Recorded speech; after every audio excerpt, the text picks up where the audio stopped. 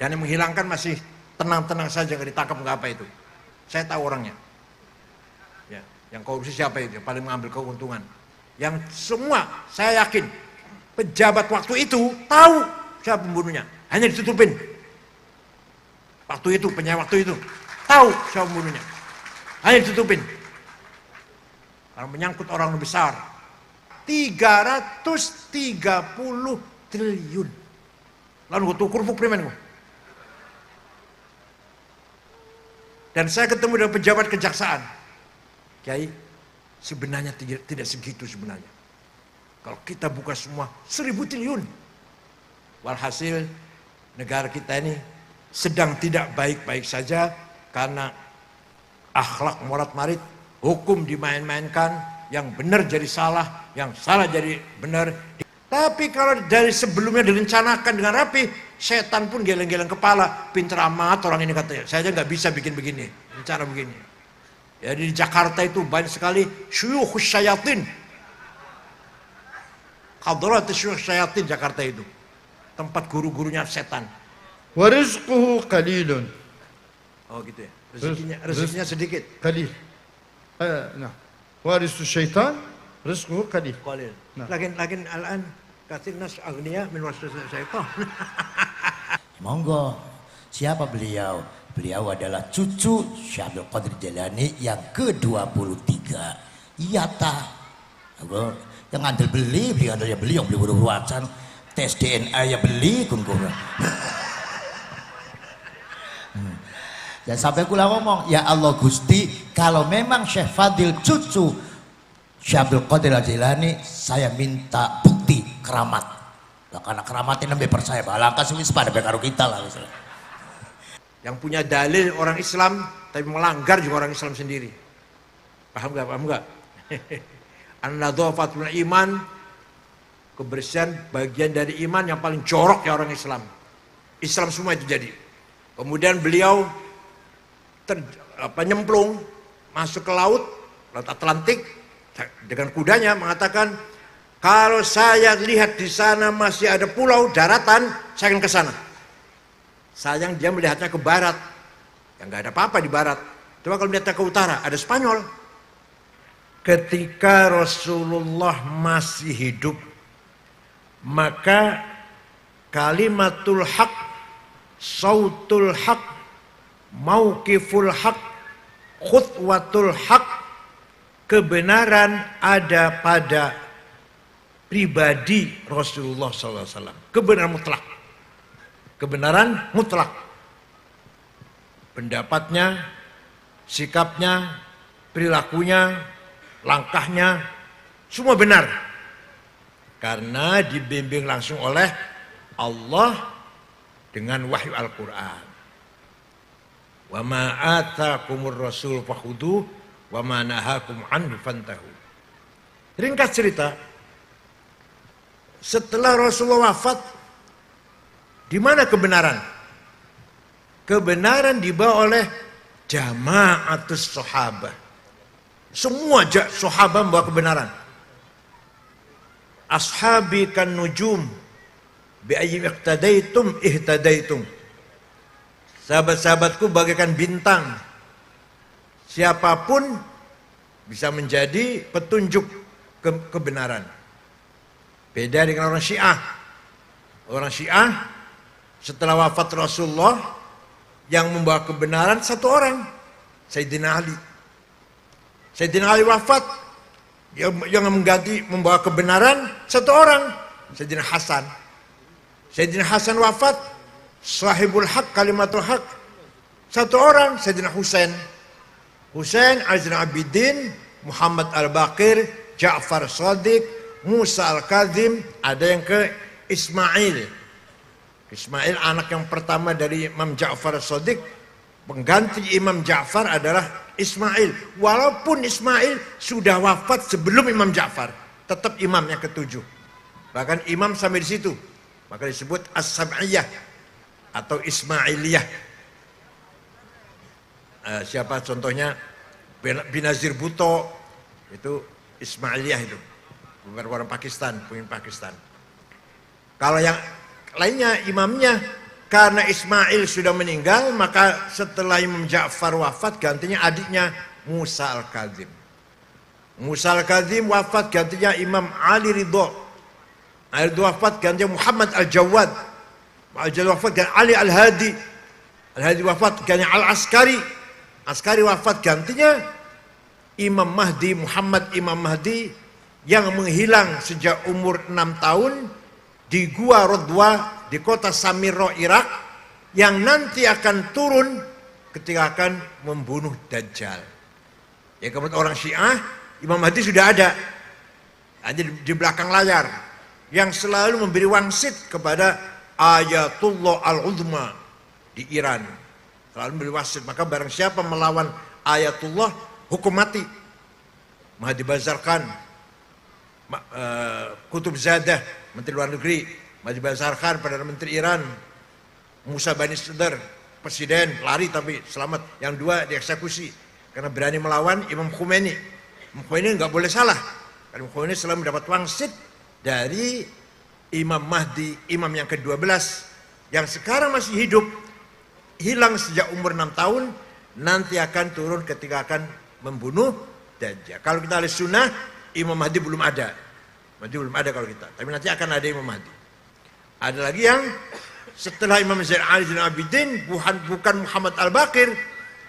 Karena Muhammad Al-Baqir kurang alim. Yang alim Imam Zaid. Lahirlah madhab Zaidiyah. Walhasil menurut orang Syiah, kebenaran dibawa oleh orang satu. Kalau kita ahli sunnah, kebenaran pertama dibawa oleh orang satu, Sayyidina Muhammad SAW. Setelah beliau wafat, dibawa kebenaran oleh ashabul haq adalah jama'atus sahabah. Nabi wafat meninggalkan sunnah. Sunnah ada 3. Sunnah qauliyah, sabda-sabdanya, perintah larangannya, himbauan ajakannya menjadi syariah, menjadi tasyri'. Mana masdarut tasyri'. Yang kedua, sunnah fi'liyah, perilakunya, sikapnya, caranya sholat, caranya wudhu, mimpin masyarakat, menerima tamu, nengok orang sakit, i'adatul mardha, nengok orang meninggal, hormat orang tua, semua perilakunya Rasulullah menjadi sunnah, apa namanya? Fi'liyah. Apa namanya? Yang ketiga, yang ngomong bukan Rasulullah, yang melakukan bukan Rasulullah, tapi Rasulullah, menjadi sunnah. Namanya sunnah taqririyah. Apa? Contohnya banyak, tapi yang paling penting memuji-muji Rasulullah. Zaman sahabat banyak orang muji Rasulullah, padahal Nabi nggak minta, tapi juga nggak melarang. Memuji Rasulullah, yang muji orang lain, tapi dibenarkan, nggak dilarang. Saya punya kitabnya Al-Madaih An-Nabawiyah yang dikumpulkan oleh Syekh Yusuf An-Nabhani, Sofia binti Abdul Muttalib, Hasan bin Thabit, Sayyidina Ali, banyak sekali pujian dari Rasulullah. Yang terkenal pujian dari seorang Ka'ab bin Zuhair bin Abi Salma. Dia tadi mencaci maki Rasulullah karena kakaknya sudah masuk Islam, namanya Bujair. Kata dia, kamu tuh Bujair diminumi arak oleh Muhammad, maka kamu jadi ikut agamanya. Ala abligho anni Bujairon risalatan fahallaka fima qulta waihaka hallaka sakoka bihal ma'munuka sanrawiyatan. Kamu diminumi oleh Ma'mun, Muhammad Ma'mun maksudnya, rawi sanrawiyatan fanhalakal ma'munu anka wa allaka. Kamu diminum arak oleh Muhammad.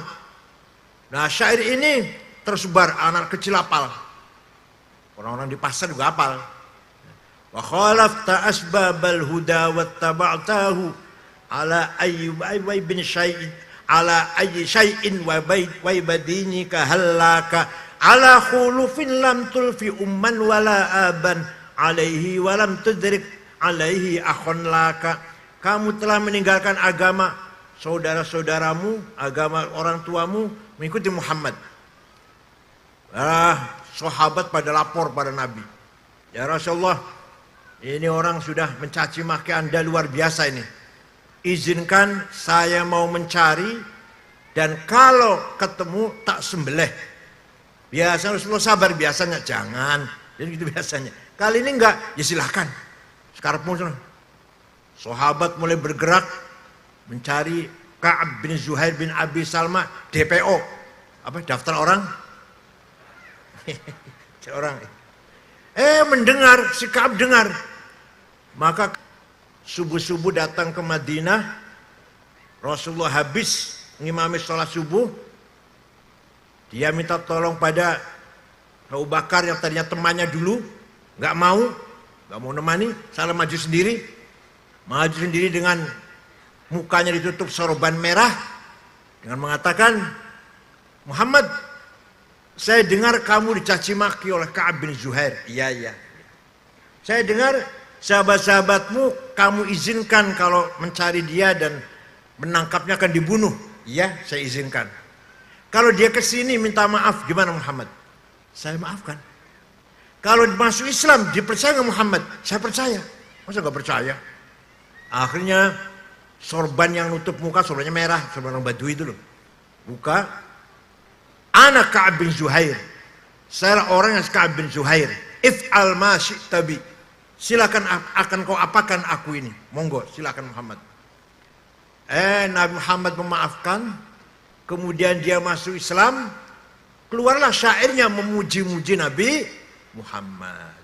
Banat su'adu faqalbil yawma matbulu mutayyamun isroha lam yufda makbulu wa ma su'adu ghadatal baini idrahalu illa aghanna ghadidi tarfi makhulu tajlu awari dhadhidhal min idab tasamat ka'annahu munhallun birrahim ma'lulu. Panjang ini, yang penting aja. Nubitu anna rasulallahi awadani wal afu inda rasulillahi ma'mulu la ta'khudanni bi aqwalil wushati walam udnib walau kathurat anil aqawilu mahlan hadaka alladhi ataka nafilatal qur'ani fihi wa tafsil. Laqad aqumu maqaman law yaqumu bihi arwa asma'u ma law yasma'ul filu innar rasula la sayfun yustadau bihi muhannadun min suyufillahi maslulu fi usbatin min quraishin qala qailuha bi batni makkah lamma aslamu zulu zalu fama zala ankashun wala kushufu indal liqa'i wala milun ma'azilu syamul aranini abtalun labusuhum min nasi dawuda fil hayja sarabilu. Artinya, sungguh engkau Rasulullah orang besar, orang mulia, orang agung, orang sukses, bagaikan pedang made in India yang tajam, yang dapat memisahkan antara hak dan batil, antara kebenaran dan kesesatan. Engkau datang dari suku Quraisy, kota Mekah, diikuti oleh para pengikut yang gagah berani, para sahabat, tapi berhati mulia, berakhlak mulia. Walhasil orang ini muji-muji Rasulullah. Tidak dilarang. Jangan muji-muji saya, bid'ah. Enggak tuh, enggak. Jangan muji-muji saya, bid'ah, enggak. Malah Rasulullah memberi hadiah selimut yang sedang dipakai. Yang harganya 150.000 lah paling ya, made in Cina itu. Yang lurik-lurik. Selimutnya bergaris-garis, biasa itu pakai spray lah. Dipakai. Ini terima kasih. Saya dipuji kamu, ini kenang-kenangan dari saya. Coba Rasulullah malah memberi hadiah selimut. Tidak malah melarang, enggak. Ya, itu artinya apa? Artinya memuji-muji Rasulullah menjadi sunnah takririyah. Kalau enggak percaya, ayo kita pergi ke Turki, Istanbul, masuk Museum Topkapi, masih ada burdahnya Rasulullah. Di sana masih ada. Rambutnya, mangkok bekas tempat minum, sandal, terumpah, pedangnya masih ada. Bekas milik Rasulullah ada di Museum Topkapi dekat Hagia Sophia di Istanbul, Turki. Ini Hadir Hussein dari Turki ini, Istanbul. Masih ada yang nggak percaya, ayo pergi ke Turki. Oh, kau sedewek maksud. Tiga itu dewek. Jadi satu saja contoh ini memberikan contoh bahwa Maulid Nabi bukan bid'ah. Yang mengatakan Maulid Nabi bid'ah, goblok. Itu aja. Paham bukan? Begitulah tawassul. Walau annahum idzalamu anfusahum ja'uka fastaghfirullaha wastaghfara lahumur rasul lawajadullaha tawwabar rahima. Orang yang banyak dosanya seperti saya contohnya datang kepadamu Muhammad, istighfar di depanmu Muhammad, dan kamu Muhammad ikut mendukung, lah, mendukung istighfarnya orang itu, maka Allah pasti, lamnya lam taukid, lawajadullah, maka Allah pasti mengampuni dosanya orang itu. Ini berarti Nabi Muhammad mempunyai hak otorita memberikan syafaat kepada siapapun yang ia kehendaki. Paham betul? Jadi tawasul Nabi Muhammad bin Anwar sunnah wajib, malah Quran malah wajib itu malah. Ada ngomong itu kan waktu masih hidup, masa kan udah mati masih bisa membantu, masih bisa perintah baca salawat untuk Rasulullah. Ya ayyuhalladzina amanu sallu alaihi wasallimu taslima. Bacalah salawat, bacalah salam pada Rasulullah ketika masih hidup saja, apa sampai sekarang? Sampai sekarang, ila yaumil qiyamah. Assalamu alayka ayyuhan nabi wa rahmatullahi wabarakatuh. Assalamu alayka, bukan alaihi, itu berarti mukhatab, orang kedua. Jadi masih hidup, Rasulullah itu enggak mati. Nah, jadi artinya apa? Ziarah Rasulullah, memohon syafaatnya tidak sesat dan itu dibenarkan. Nah, setelah itu ziarah Wali Songo, Sunan Ampel, Sunan Kudus, Sunan Putih, Gunung Jati, Mbok Menowo. Itu Mbok Menowo itu. Barangkali ini waliullah termasuk yang diberi izin mensyafaati zairin, kita-kita yang ziarah. Di Qur'annya nggak ada, masa ziarah Sunan Gunung Jati ini Qur'annya ada, nggak ada. Yang ada adalah ziarah kepada Rasulullah sallallahu alaihi wasallam. Nah, setelah para sahabat berjasa besar menyebarkan Islam, sahabat Uqbah bin Nafi' sampai ke Maroko, Amr bin As sampai Mesir, Libya, Aljazair, Tunis, Maroko, Uqbah bin Nafi'. Islam semua itu jadi. Kemudian beliau nyemplung masuk ke laut Atlantik dengan kudanya, mengatakan, kalau saya lihat di sana masih ada pulau daratan, saya akan ke sana. Sayang dia melihatnya ke barat, yang nggak ada apa-apa di barat. Coba kalau melihatnya ke utara, ada Spanyol. Beliau nggak melihat ke utara, lihatnya ke barat. Kalau di sana masih ada daratan, saya akan ke sana dakwah Islam. Akhirnya nggak melihat apa-apa, balik lagi di tengah jalan di Aljazair dibunuh oleh perampok barbar.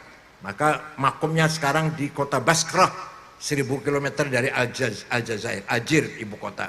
Beliau yang punya karomah ketika tentaranya kehabisan air, beliau berdoa, bijah Nabi Muhammad SAW, ya Allah keluarkan, minta air, keluar sumber. Sampai sekarang masih ada di kota Basrah, menjadi sumur yang sangat karomah, itu di Aljazair. Sampai ke timur perbatasan India, Asia Tengah, Qutaibah bin Muslim. Kalau sampai Irak, Sa'ad bin Abi Waqqas. Timur lagi, Muslim. Itu para sahabat jasanya luar biasa. Luar biasa jasa para sahabat menyebarkan Islam. Tapi yang mengisi, nah ini, yang mengisi kemajuan Islam, peradaban Islam, thaqafah wal hadarah, tabi'in dan tabi'it tabi'in. Kenapa? Kalau sahabat sudah benar semua, gak butuh ilmu. Rata-rata sahabat buta huruf, gak bisa baca Quran, tapi hafal. Dari mana? Dari Rasulullah. Pasti benar dong. Pasti benar bacanya. Dari Rasulullah langsung. Setelah sudahnya orang Islam membutuhkan ilmu teori bagaimana baca Quran yang benar. Maka Abul Aswad Ad-Du'ali pada tahun 62 Hijriah membuat nuqat al-huruf ba.1, ta.2, ta.3, itu baru ada titik tuh huruf tuh. Mulai tahun 62 Abul Aswad Ad-Du'ali. Imam Khalil bin Ahmad bikin harokat fathah, dhammah, kasrah, fathatain, dhammatain, kasratain, tasdid, sukun. Imam Khalil bin Ahmad Al-Farahidi tahun 175. Baru ada ilmu tajwid. Imam Abdul Qasim Ubaidah bin Salam tahun 224. Baru ada izhar, idgham, ikhfa, iqlab, qalqalah, mad lazim, mad jaiz, huruf halak, huruf mad. Jadi sebelum ada ilmu, orang sahabat nggak butuh ilmu, nggak butuh ilmu. Makanya tadi kata Gus Kautsar tadi bid'ah, iya bid'ah. Ilmu itu bid'ah memang. Para sahabat nggak butuh ilmu, apal-apalan. Tidak ada sahabat punya catatan Quran yang utuh. Dari Nas sampai dari Al-Fatihah sampai An-Nas, nggak ada. Sahabat itu paling apal semua, tapi punya caratannya, ala surat Yasin saja, yang sana surat Yusuf saja, yang sana surat Baqarah saja. Nggak ada sahabat satupun yang punya tulisan Quran lengkap, nggak ada. Tapi apal semua tulisan, kan mereka nggak butuh tulisan. Itu zaman sahabat. Nah, maka dibangunnya peradaban Islam, thaqafah Islamiyah di masa tabi'in dan tabi'in. Kemudian pada akhir abad pertama banyak hadis palsu. Qala Rasulullah, qala itu pada bohong. Maka Khalifah Umar bin Abdul Aziz tahun 99 Hijriah memanggil seorang ulama namanya Syihabuddin Roma Hurmuzi. Syekh, cepat-cepat bisa enggak bikin metode menseleksi informasi, menseleksi hadis. Siap, insya Allah 1 minggu beres. Kalau mau syarat 4 sahih, antara guru dan murid mutasil. Gurunya apalannya cerdas, nggak pernah lupa. Yang ketiga thiqah, bisa dipercaya, nggak pernah bohong, nggak pernah nyolong senda di masjid gurunya. Yang nomor 4 adil, baru hadis itu sahih. Kurang 1 turun hasan, kurang 2 turun dhaif. Dhaifnya mauquf, maqtu, muqata, mursal, mu'allal, mu'an'an. Itu hanya di agama Islam yang punya metode seperti itu. Di Kristen nggak ada. Di Kristen nggak ada itu. Yahudi nggak ada. Hanya di agama Islam menseleksi kebenaran hadis melalui para rawinya. Walhasil itulah kemajuan-kemajuan Islam. Belum lagi membutuhkan dari Gus Kautsar menjung ilmu nahu. Ada orang baca Quran salah. Wa annallaha bari'um minal musyrikin wa rasulih. Allah tidak melindungi orang musyrik dan tidak melindungi Rasulullah. Salah. Yang benar, wa annallaha bari'um minal musyrikin wa rasulah. Allah tidak melindungi orang musyrik dan Rasulullah pun tidak melindungi orang musyrik. Maka lahirlah ilmu nahu yang menggagas adalah Amr bin Qumbur alias Imam Sibawayh sekitar tahun 180-an Hijriah. Ada lagi apa ya? Menyelidiki keindahan Al-Quran. Yang balaghah tadi. Jagonya adalah pencetusnya adalah Amr bin Ubaid. Orang kedua tokoh Mu'tazilah. Mengapa bahasa Quran indah? Telah diselidiki ternyata mengandung 3 komponen. Ada ilmul ma'ani, ada ilmul bayan, dan ilmul badi'. 3 namanya ilmul balaghah. Tidak ada di agama Kristen dan agama Yahudi. Nggak ada itu ilmu itu. Begitu pula usul fikih.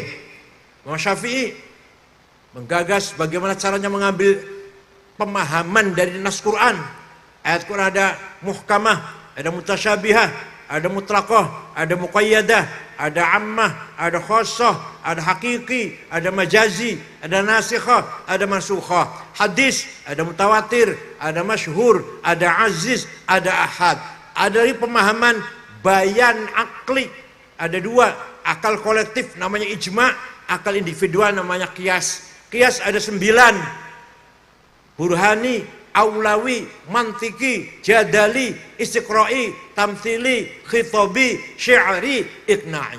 Kalau nggak ada qiyas kita nggak bisa ngapa-ngapain kalau nggak ada qiyas. Coba. Sabu-sabu haram apa halal? Haram apa halal? Sabu-sabu. Di Quran ada di Quran? Ada Quran itu inna sabu ada. Kok bisa haram? Sembarangan hukumnya haram ente. Kok berani-berani hukumnya haram?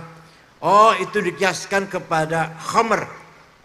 Di Quran khamr ada. Ya ayyuhalladzina amanu innamal khamru wal maisiru wal ansab wal azlam rijsum min amali syaitan fajtanibu. Khamr itu haram. Lah ini barang sama-sama dengan khamr, sama-sama memabokkan. Ini namanya kias burhani. Hadza muskirun. Ini namanya muqaddimah surah, premis minor. Wa kullu muskirin khamrun, namanya muqaddimah kubra, premis major. Wa kullu khamrin haram, qaul syarih atau legal statement. Fahadha haram, natijah sadiqah, positive conclusion. Dikira pesantren gak bisa kayak gini apa? Jadi menilai sesuatu harus dengan burhan, dengan fakta. Begitu pula qiyas aulawi. Qiyas aulawi. Memukul, nempeleng ayah ibu. Di Quran tidak dilarang. Yang dilarang oleh Quran, bentak-bentak dan ngomong kasar. Kalau gitu, kita nggak usah bentak, nggak usah ngomong kasar, tempeleng aja ayah ibu. Kalau nggak pakai kias, kalau pakai kias loh. Tapi kalau pakai kias, bentak saja haram, ngomong kasar saja dosa, lebih-lebih fabil aula, nempeleng.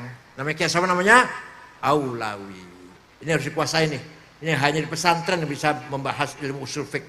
Di luar pesantren udah malas bahas ini. Apalagi di luar agama Islam. Gak ada ilmu usul fiqh ini, gak ada. Hanya di Islam. Di Islam pun yang di luar pesantren udah malas. Paling-paling karangan Abdullah Khalaf tipis. Di pesantren masih dibaca Jam'ul Jawami, Ghayatul Wusul. Dengan adanya ijma' qiyas, dengan adanya metode ijma' dan qiyas, konsensus ulama dan analogi melahirkan ilmu namanya ilmu fikih. Ilmu fikih itu sangat bergambar hasil produk metode ijma' dan qiyas. Sapinah sampai Majmu' 24 jilid sampai Mahalli 40 jilid, produk ijma' dan qiyas. Bahkan yang paling banyak qiyas, yang paling banyak ijma' sedikit.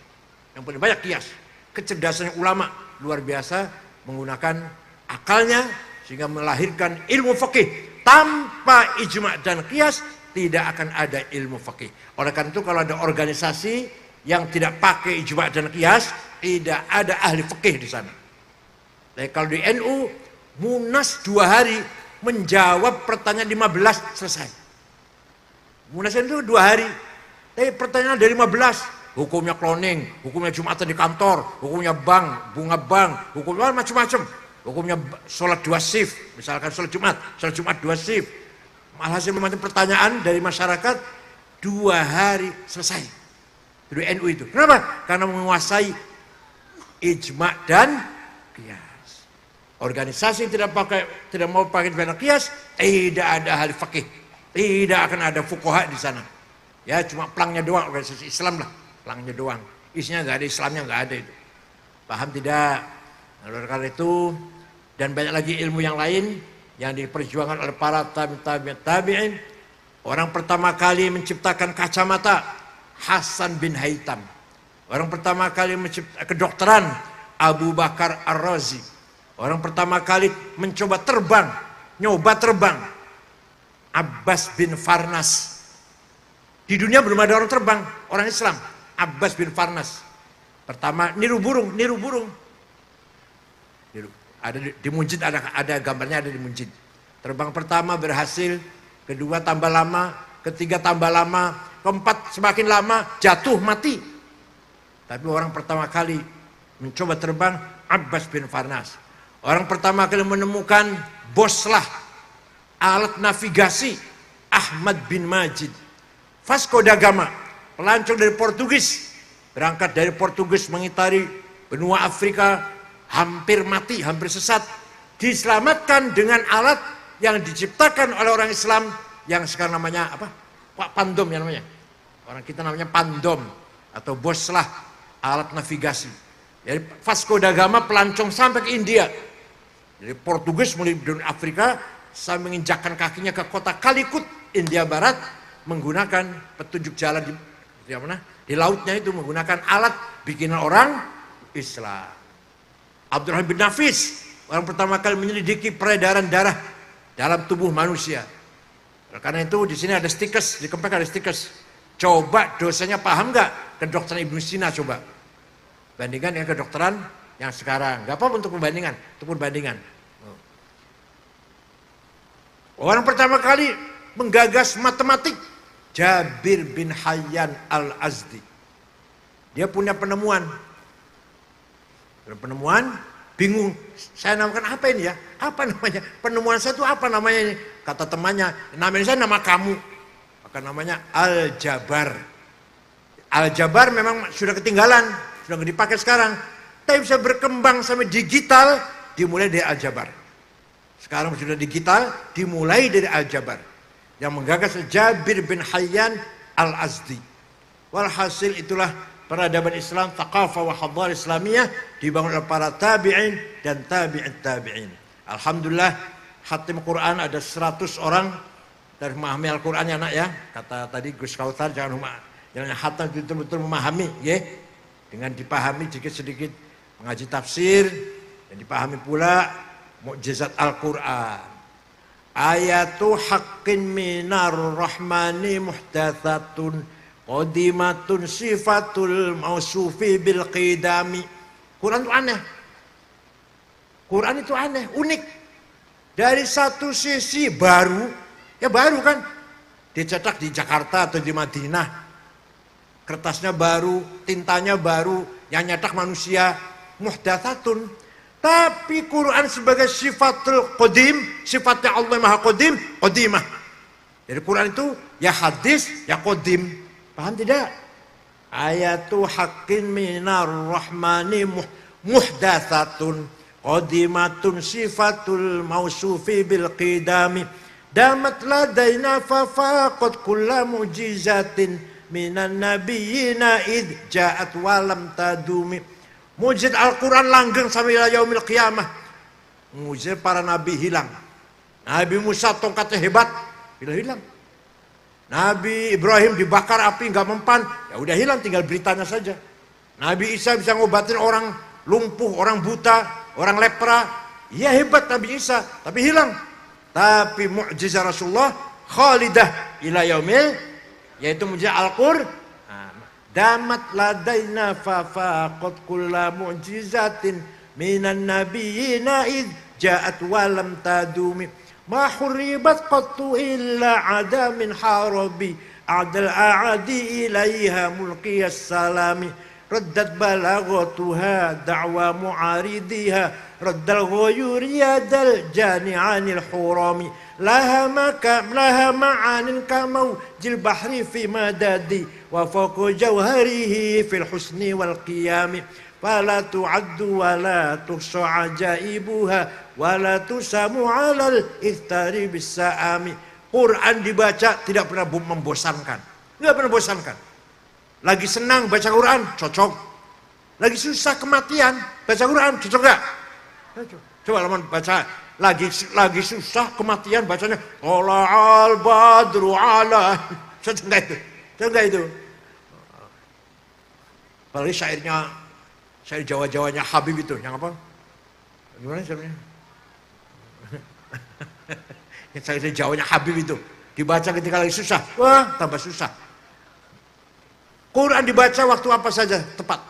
Qarrat biha ainu qariha faqultu lahu laqad dhafirta bihablillahi fa'tasimi in tatluha khifatan min harri nari ladha atfatana roladha min wardiya syabimi. Kalau kamu baca Quran niat kalau kamu baca Quran takut neraka, karena takut neraka maka sesungguhnya kamu sedang memadamkan api neraka. Kalau kamu takut neraka baca Quran itu berarti lagi apa? Memadamkan api neraka. Ya Allah, alhamdulillah Islam jelas teologinya, jelas syariatnya, jelas muamalahnya, jelas akhlaknya. Hanya manusianya masih jauh dari yang kita idealkan. Ya Allah, yang punya dalil orang Islam tapi melanggar juga orang Islam sendiri. Paham nggak? An-nadhafatul iman Kebersihan bagian dari iman yang paling jorok ya orang Islam. Coba kita beri ke Jepang. Agamanya nggak jelas, agama Shinto. Satu puntung rokok pun tidak ada di jalan. Nonton sepak bola di Doha, Qatar. Ratusan anak Jepang nonton, supporter kesebelasan Jepang.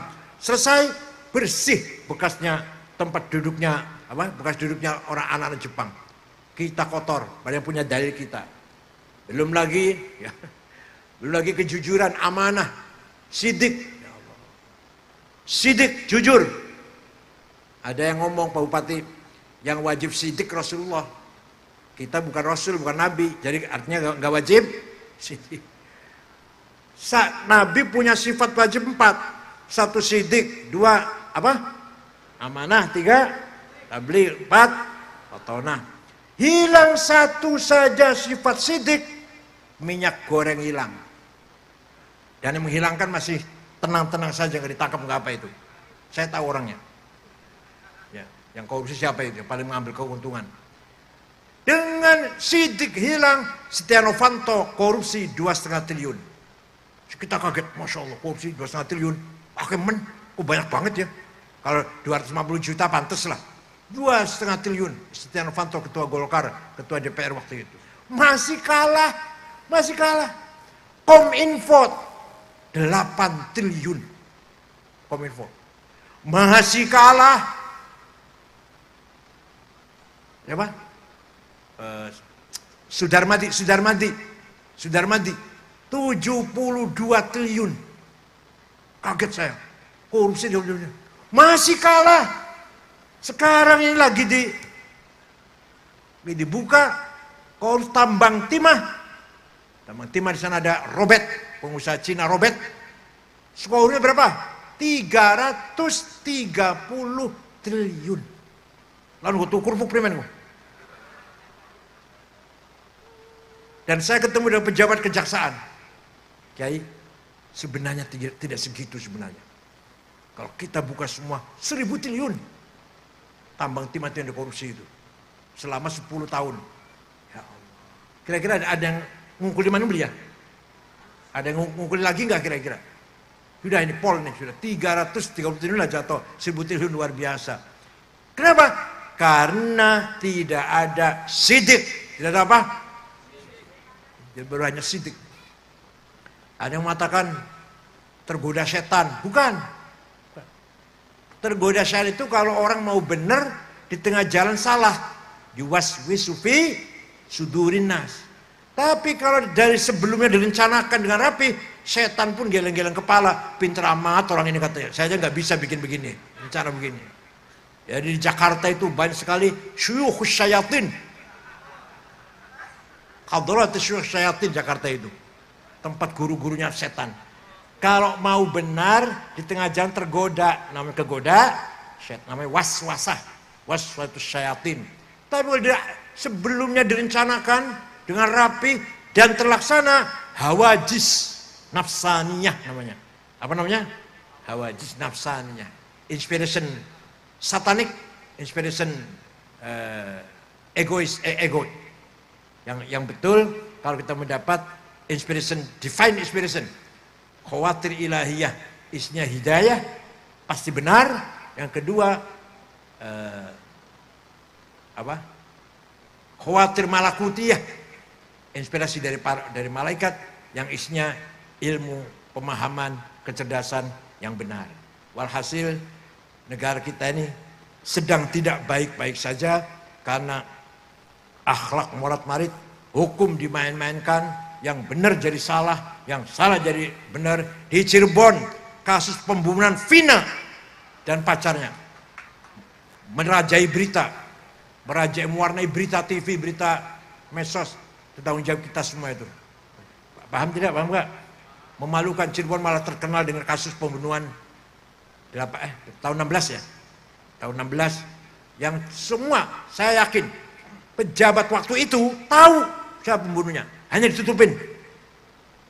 Waktu itu, penyiar waktu itu tahu siapa pembunuhnya, hanya ditutupin. Kalau menyangkut orang besar, coba moral kita seperti itu. Ya Allah, alhamdulillah, insya Allah kalau pesantren santri-santri alumninya ya tidak jahat-jahat amat lah. Nggak jahat-jahat amat. Nah, masih ada domir, conscience. Masih ada apa namanya? Conscience, domir, moral. Domir lahir dari basirah, the eye of heart. Masih ada fuad, depth of heart, nurani. Insya Allah kalau yang korupsi dari pesantren yang gak gede-gede amat lah. Karena merasa salah, merasa dosa. Atau kadang-kadang beli pinter korupsinya, maka nembe 1,5 miliar ketahuan.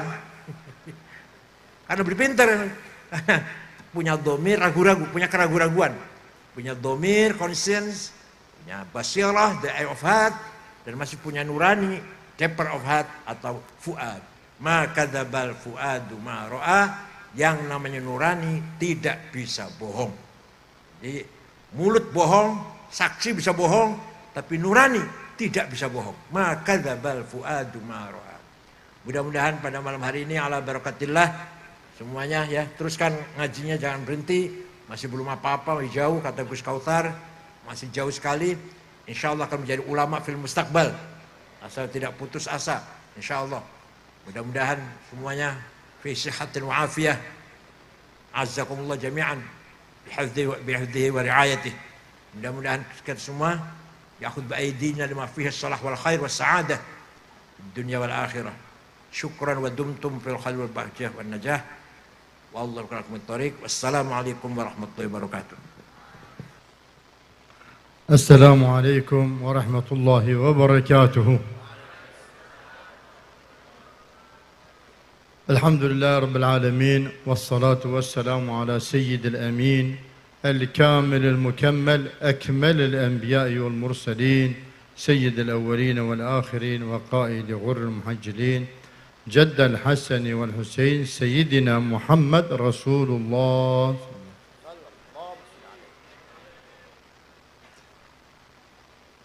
أصحاب المجلس والحاضرين والحاضرات، أقدم خالص شكري وتقديري لهذا المناسبة المباركة. أولا السيد الشريف أستاذ دكتور سعيد عقيل سراج الشريف، السيد الشريف، وأخي أيضا السيد ريف مصطفى هو أخي في الآخرة، وجميع إن شاء الله آل العقيل وجميع الحاضرين والحاضرات.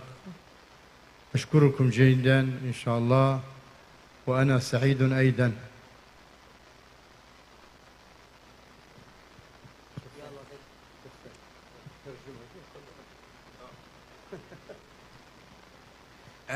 Terima kasih kepada keluarga di sini, terutama Akhi Sa'id dan Akhi Mustafa, dan kita ikut gembira, ikut bahagia dengan acara pada malam hari ini. Yang terutama sekali adalah kita silaturahim fi majlis dzikr, dalam majlis dzikir ini. وأنا سعيد بأنني الحمد لله مرات بعد مرة، وهذه المرة سعيد بأنني في بلد الثاني إندونيسيا. Saya bahagia sekali berada di Indonesia.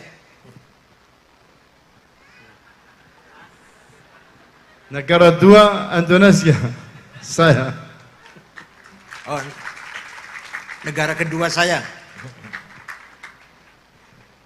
نعم إن شاء الله نتكلم عن الأولياء والسمى إن شاء الله الذكر، حيث أن الله سبحانه وتعالى في القرآن بسم الله الرحمن الرحيم ألا إن أولياء الله لا خوف عليهم ولا هم يحزنون.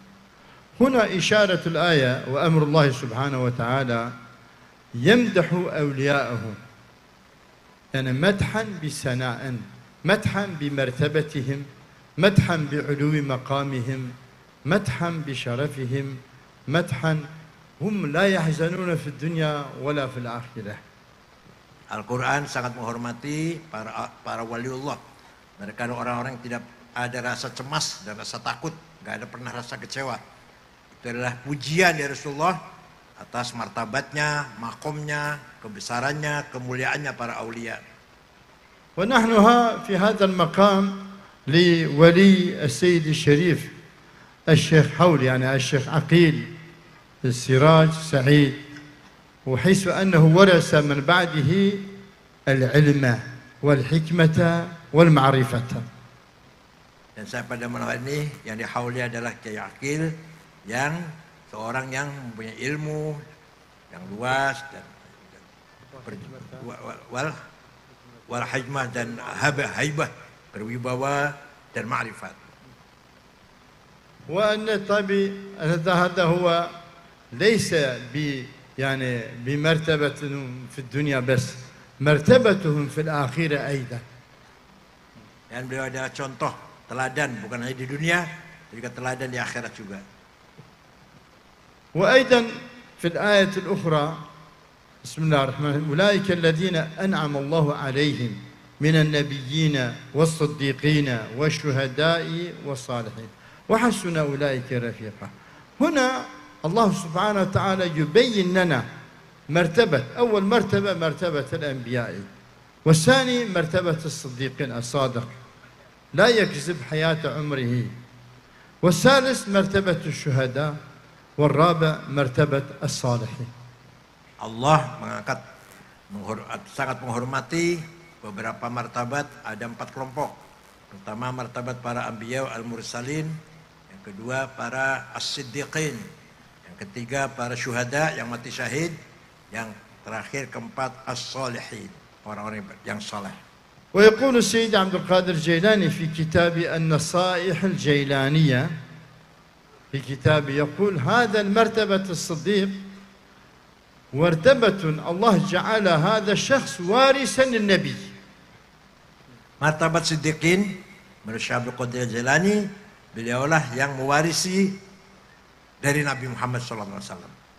ولذلك نحن نتكلم عن مرتبة الصادقين، العلماء والأولياء من الصادقين، الأولياء والعلماء من الصالحين، مرتين يعني يشمل عليهم ما غير مرتبة النبوة والشهداء. Martabat ulama dan aulia dan shodiqin merupakan martabat yang bisa dicapai lah, bisa dihasilkan oleh para ulama dan para aulia dan para sholihin. وكلهم تشهدون أن السيد الشريف الشيخ عقيل ورث من بعده العلم، ورث من بعده العلم كما ترون المدارس هذا هنا. Kita semua tahu Kiai Aqil mewariskan ilmu dan madrasah dan pesantren. لأنه يعني فدى عمره وحياته في سبيل وطريق جده سيدنا رسول الله صلى الله تعالى عليه وسلم. Karena mengikuti yang telah dilakukan oleh Rasulullah SAW.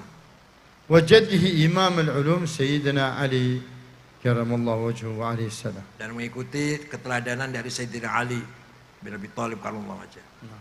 وهذا هو ورثة الأنبياء، والحديث النبي صلى الله عليه وسلم الأنبياء لا يورثون مال الدنيا ولا ملك سلطنة الدنيا إلا العلم. الأنبياء ورثتهم العلم فقط لا غير. Para nabi bukan mewariskan jabatan atau harta, tapi mewariskan ilmu. Para ulama mewarisi ilmu dari para nabi. نعم، وهذا نرى إن شاء الله يكون ورثة بعد ورثة لهم إلى يوم الدين. Insyaallah kita semua ahli warisnya Rasulullah SAW dengan ilmunya. Jadi kata Kiai mana? Kiai Muhtadi Banten, al ulama warasatul anbiya bukan al habaib. Yang warasatul anbiya bukan al habaib, yang ulama kata Kiai Muhtadi. العلماء ورثة الأنبياء في العلم ليس في النبوة. Ulama mewarisi dari Nabi bukan kenabiannya, bukan. نعم، والنبي صلى الله تعالى عليه وسلم كما أمرنا يعني بالعلم وحقيقة العلم. Tapi memperintahkan kepada kita semua harus mengetahui tentang ilmu agama yang dengan benar. ووارث النبي في العلم طبعا هو سيدنا علي. Yang mewarisi ilmu dari Nabi adalah Sayyidina Ali karramallahu wajhah. وأبناء سيدنا حسن وسيدنا Dan حسين. dua putranya Hasan Husain. وإلين يأتي يعني في النسل الآخر سيد عبد القادر الجيلاني إمام العلوم بعد جده إمام علي. Terus sampai ke Syekh Abdul Qadir Al-Jilani, mewarisi ilmu dari Sayyidina Ali. إمام العلوم بعد سيدنا علي. ونرجع إلى كتاب نصائح سيدنا عبد القادر الجيلاني رضي الله تعالى عنه. Kita baca kitab Nasoih karangan Syekh Abdul Qadir Al-Jilani. طبعا نحن نقول سيدنا عبد القادر الجيلاني بعد الكتب قدس الله سره، ولكن نحن نمشي على طريق من؟ إمام النووي، ابن حجر العسقلاني والهيثمي والشيخ اليافع اليمني وكثير من العلماء. لما نظرنا إلى كتبهم يقولون لا يجوز أن نقول للسيد عبد القادر الجيلاني قدس الله، بس هو يليق برضي الله تعالى عنه. هذا هو النووي وغيره من العلماء. Para ulama seperti Ibnu Hajar Al-Asqalani dan ulama lain tidak mengatakan bahwa yang diwarisi oleh Syekh Abdul Qadir Al-Jilani hanyalah ilmu, bukan yang lain. Radhiyallahu anhu. نعم، هذا الصدق نحن قلنا. مقابل الصدق إذا كان صادق وارث النبي، هو وارث النبي في علمه. Yang mewarisi Nabi ilmunya, وارث النبي في معرفته، ma'rifatnya, وارث النبي في حكمته، hikmahnya, wisdomnya, وارث النبي في التربية لأولاده وغيرهم. dan cara mendidik anak-anaknya, mendidik masyarakatnya. وأيضا في مقابل الصدق الكذب. الكذب وارث الشيطان. Nah, bohong adalah warisan dari setan. إذا كان الصادق وارث النبي، من هو وارث الشيطان؟ الكاذب وارث الشيطان. Kalau ulama mewarisi ilmu dari Rasulullah, maka orang-orang bohong, pembohong mewarisi kebohongan dari setan. وارث الشيطان لا يمكن أن يكون سعيدا في الدنيا، Orang mewarisi dari setan nggak mungkin bahagia hidupnya. ورزقه قليل. Oh gitu ya. Rezekinya sedikit. قليل. نعم. وارث الشيطان رزقه قليل. Qalil. Nah. Lakin al-an kathir nas aghniya min wasil syaitan.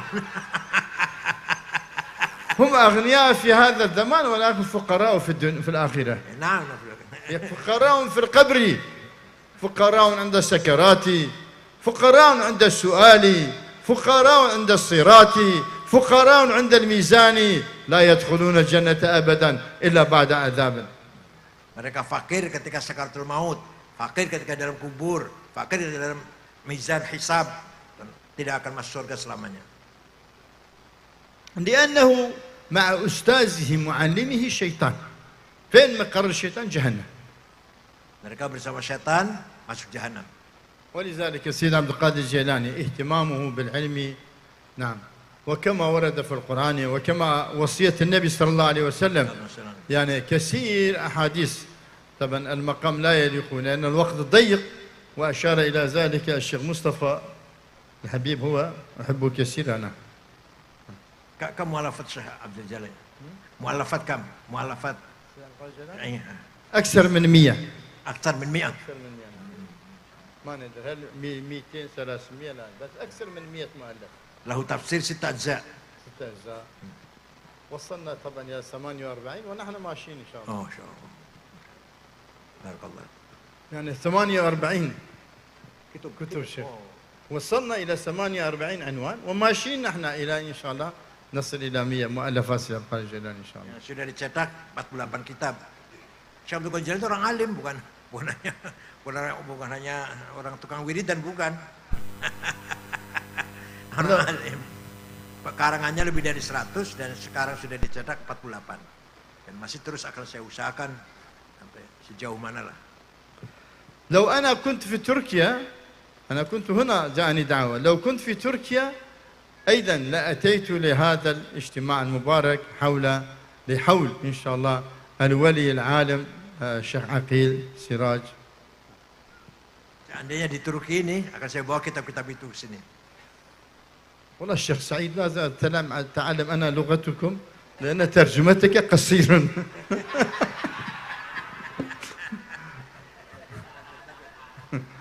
ترجمة الشيخ سعيد قصير جدا. الشيخ مصطفى قلت ترجمة الشيخ مصطفى ما يترجم، يلا ما حدا. طيب، وصلى الله وسلم على سيدنا محمد وعلى آله وصحبه أجمعين. أنا سعيد مرة ثانية لأنني بينكم. Saya mendapatkan faedah bersama dan bahagia sekali bersama bapak-bapak ibu-ibu di sini. Terima kasih. Assalamualaikum warahmatullahi wabarakatuh. Waalaikumsalam warahmatullahi. Sedikit kula nambahi, asal mula Syekh Fadil Kempek niku wonten santri Kempek arane Syekh Rahimuddin kepanggih ke Mesir khidmah kalian beliau Syekh Rahimuddin sampai khidmah sampai bisa nulis kitab. Lah terus pada tahun 2009 Syekh Rahimuddin telepon kula bahwa Syekh Fadil pengen ning umahe Kang Mustafa. Monggo. Siapa beliau? Beliau adalah cucu Syekh Abdul Qadir Jailani yang ke-23. Iya ta. Yang ngandel beli ya beli yang beli wacan tes DNA ya beli kun.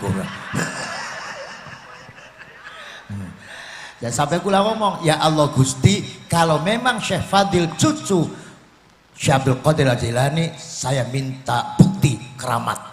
Lah karena keramat ini lebih percaya, alangkah wis pada karo kita lah misalnya. Rawuh dikumpulakan kiai sekitar 400 ning aula. Nah terus praga piyambake niku gawa tafsir Al-Jilani di Majilid tinangane Mustafa hadiah kanggo sira. Pun terima kita metu sing majelis lajeng kula njaluk Syekh dongane Gusti Allah supaya tanah ning ngarepe aula dadi pondok. Syekh Fadil takon tanah siapa? Ya tanah wong bisa tanah wedhus. Tanah wong jare Syekh Fadil karo mesem, ya tanah wong kok gawe pondok si priben tek surung tangan kok ndonga. Dadi pondok kabeh ya Allah Gusti. Luar biasa. Wis sore Rahimuddin, Syekh Rahimuddin ngomong, Kang Mustafa, Syekh njaluk nginep ning kene. Lah sih, makanya kula duwe janji di Majalengka. Pribenya ditinggal Syekh, beli ditinggal ning kene janji kula. Setengah 6 telepon dari Majalengka. Ya Mustafa, udan gede. Gagal pengajiannya. Siji dingin keramate, betul. Lah, sukikie waya zuhur Syekh balik Syekh Rahimuddin telepon Kang Mustafa, Syekh njaluk madu sing cocok ning kene. Ya wis kok dia tenang. Anak tamu sing Kuningan, santri saking Mutahar Yaman, kongkon. Nah tenang ya, sekitar setengah jam lah ketemu karo Syekh. Kula ning kolam, metu sing kolah anak tamu.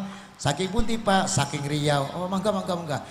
Kula mbah ta madu Pak Kiai, sampean pengen nang ngaji ning Riau seneng madu niki madu.